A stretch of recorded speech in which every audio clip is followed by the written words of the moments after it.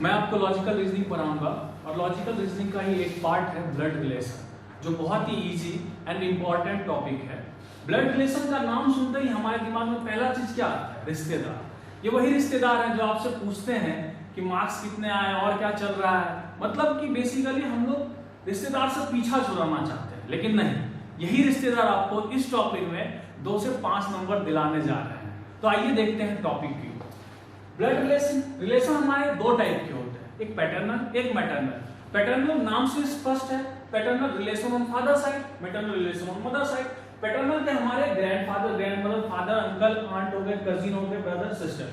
आप लोग यहाँ पूछोगे सर ग्रैंडमदर तो पैटर्नल साइड में नहीं आता है। अच्छा, अभी आप पढ़ रहे हो तो आपके पैटर्नल में तो ग्रैंडमदर आएगी ना, पापा जी के पैटर्नल में ग्रैंडमदर नहीं आएगी ना। तो आपके लिए ये ग्रैंडमदर आपके पैटर्नल रिलेशन हुआ। यहाँ पे बात करते हैं मैटरनल, मदर हो गए, maternal grandfather, maternal uncle, maternal aunt, cousin. अच्छा, यहाँ पे भी एक चीज वर्ड आ गया आपका कजिन। कजिन में चचेरे भाई बहन और मौसेरे भाई बहन भी आते हैं, इसलिए यहाँ पे हमने लिखा कजिन। ठीक है, ये सब सारा रिलेशन आपको पता ही होगा, तो इसके डिटेल में नहीं चलते हैं, आगे बढ़ते हैं। अब एक चीज आता है यहाँ पे, एक पॉइंट है, छोटा सा पॉइंट, और जो कि बहुत ही मोस्ट इंपॉर्टेंट पॉइंट है, वो है आपका अंकल और आंट। मैक्सिमम जो है ये आपका आ गया अंकल,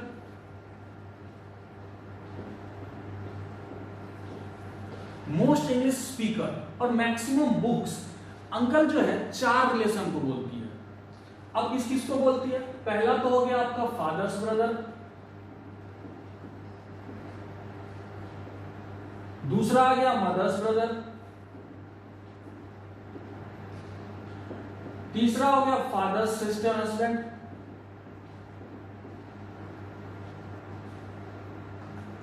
और चौथा आपका आ गया mother sister husband.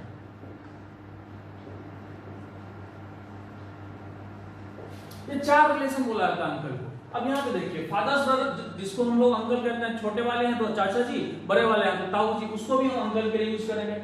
Mother's brother मामा जी, मामा जी को भी मैक्सिमम जो इंग्लिश स्पीकर है और हमारा जो बुक है वो अंकल ही प्रीफर करता है। Father's sister husband, father sister मतलब बुआ जी, बुआ जी, फूफा जी को भी हम अंकल ही बोलेंगे। यहाँ पे मदर सिस्टर हस्बैंड मतलब मौसा जी को भी हम अंकल ही बोलेंगे। इसी तरह आंट किसको किसको बोलेंगे? आंट बोलेंगे फादर सिस्टर, मदर सिस्टर, उसके बाद फादर्स ब्रदर वाइफ और मदर्स ब्रदर्स वाइफ। क्लियर है यहाँ तक अंकल और आंट का? कोई दिक्कत नहीं। अब और आगे बढ़ते हैं, कुछ और हमारे पास रिलेशन है जो हर हमेशा आपको परेशान करता है, वो ये रिलेशन है। कहीं देखिएगा हर हमेशा कि सन्स वाइफ, सन्स वाइफ को क्या बोला जाता है? Daughter in law.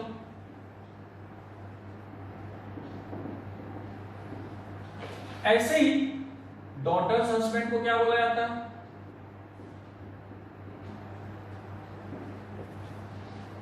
Sun in law. Father in law सबको पता है, ससुर होता है। अब बात करते हैं ब्रदर इन लॉ की। ये है आपका मोस्ट इंपॉर्टेंट रिलेशन की ब्रदर इन लॉ में कौन? ब्रदर इन लॉ जो है सबसे ज्यादा कंफ्यूजिंग रिलेशन है। अभी तक ये समझ में नहीं आ रहा है कि ब्रदर इन लॉ हम बोलते किसको है। तो ब्रदर इन लॉ में 3 आते हैं, हस्बैंड्स ब्रदर, वाइफ्स ब्रदर और सिस्टर्स हस्बैंड। इन 3 के अलावा कोई ब्रदर इन लॉ नहीं बनाता। ऐसे ही अगर बात करें हम सिस्टर इन लॉ की, अगर ब्रदर इन लॉ है तो सिस्टर इन लॉ भी एक रिलेशन बनेगा। तो सिस्टर इन लॉ में आता है आपका हस्बैंड सिस्टर, वाइफ सिस्टर और ब्रदर्स वाइफ। ये 3 चीज हमारे सिस्टर इन लॉ में भी आते हैं। ठीक है, अब आगे बढ़ते हैं।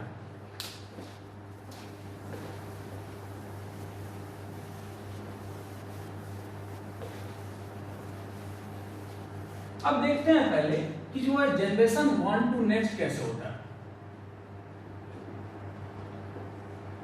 जनरेशन, अब जैसे देखिए, पहला अपना खुद का सेल्फ जनरेशन देखते हैं। सेल्फ में क्या हो गया? मैं खुद, brother, sister, cousin, brother in law और सिस्टर इन लॉ, हम इसको जनरेशन 1 मानते हैं। क्योंकि मैं खुद अपना खुद का जनरेशन 1 मानूंगा। थोड़ा ऊपर उठते हैं, मतलब एक जनरेशन और ऊपर। एक जनरेशन नेक्स्ट अपर जनरेशन में क्या होगा हमारा, नेक्स्ट जनरेशन में सेकेंड जनरेशन में हो गया फादर, मदर, अंकल, इसी में सारे आ गए। एक और जनरेशन ऊपर जाते हैं, थर्ड जनरेशन। थर्ड जनरेशन में grand mother, grandfather and grand mother. एक जनरेशन और ऊपर जाएंगे तो ग्रेट हो जाएगा, और उसके भी जनरेशन ऊपर जाएंगे तो ग्रेट ही आएगा। एक ही बार ग्रेट लगाना है, बार बार ग्रेट नहीं लगाना है। मतलब दादाजी हो गए ग्रैंडफादर, परदादा हो गए ग्रेट ग्रैंडफादर, और उसके और ऊपर जाओगे तो एक ही बार ग्रेट लगाना, बार बार ग्रेट लगाने की जरूरत नहीं। अब हम क्या करते हैं, यहां से अपना जनरेशन से एक जनरेशन नीचे जाते हैं, फोर्थ जनरेशन पहुंचते हैं। सेल्फ है, हम लोग हैं आप, तो यहां आ जाएगा हमारा son, daughter, son in law, daughter in law,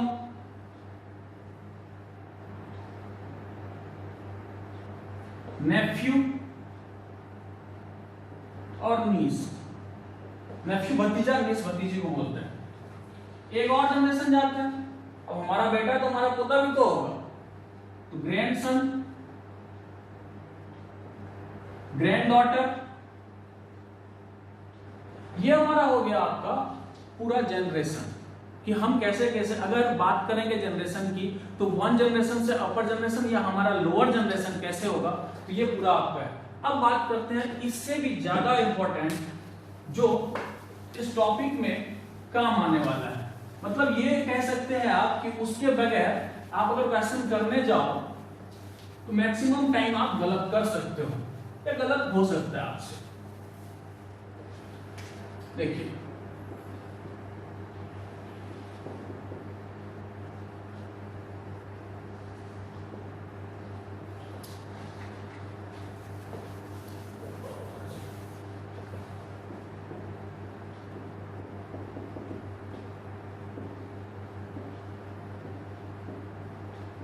ये सिंबॉलिक रिप्रेजेंटेशन।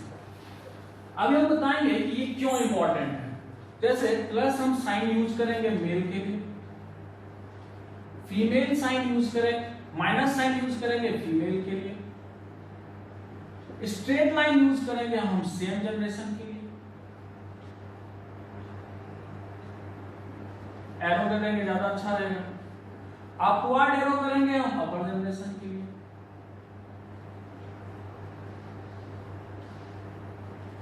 और डाउनवर्ड हम कर देंगे हमारा जो लोअर जनरेशन है उसके लिए। आप लोग बोलोगे सर इसका क्या मतलब है, क्या सिखा रहे हो। अभी देखिए एग्जांपल लेते हैं। एग्जांपल है हमारे पास कि Ramesh is brother of Sita. अब यहां देखिए छोटा सा एग्जांपल है कि Ramesh is brother of Sita. जहां तो हमें पता चल रहा है, नाम से ही पता चल रहा है जेंडर का, तो रमेश और सीता, रमेश जो नाम से पता चल रहा है ये लड़का है और सीता जो लड़की है। यही चीज अगर रिपोर्ट के फॉर्म में आ जाए, आपसे पूछे कि P is brother of Q, Q is sister of J and J is father of, suppose करते हैं Z।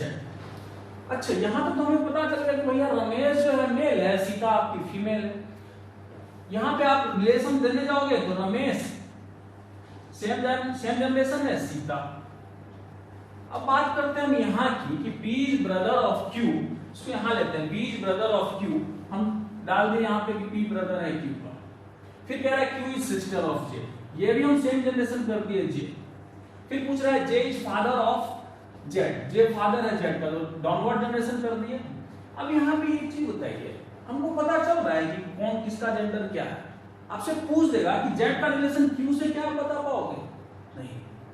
इसी चीज के लिए हम सिंबल का यूज करते हैं, क्योंकि सिंबल से हमें पता चलता है कि मेल और फीमेल क्या होता है। अब यहाँ पे देखिए P is brother of Q, P के पास हम प्लस साइन दे देंगे, ब्रदर हो गया Q का, कोई दिक्कत नहीं, सेम जनरेशन है।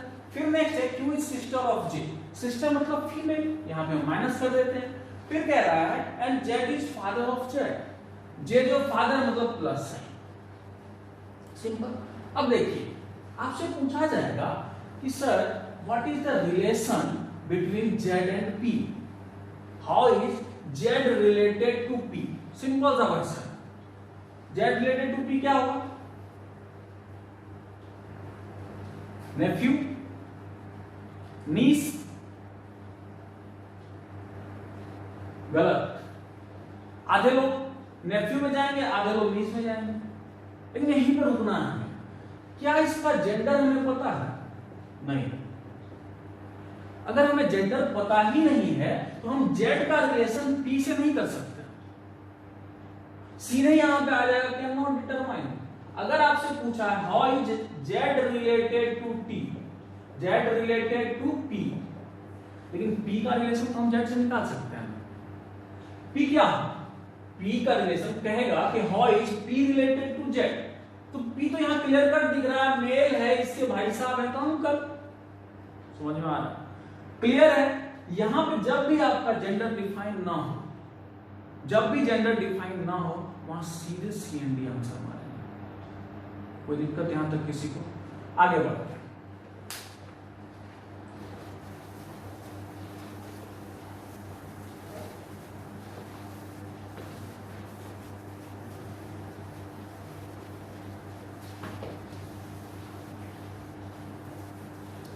ये तो हो गया आपका इंट्रोडक्शन। अब बात करते हैं कि इसमें किस टाइप के क्वेश्चंस बनते हैं। देखिए बेसिकली 3 टाइप्स के क्वेश्चन बनते हैं, इससे बाहर नहीं पूछता है।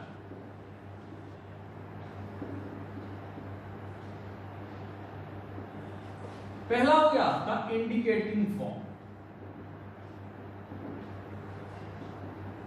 दूसरा आपका हो गया कोडेड रिलेशन या कोडेड फॉर्म, तीसरा आपका हो गया फैमिली ट्री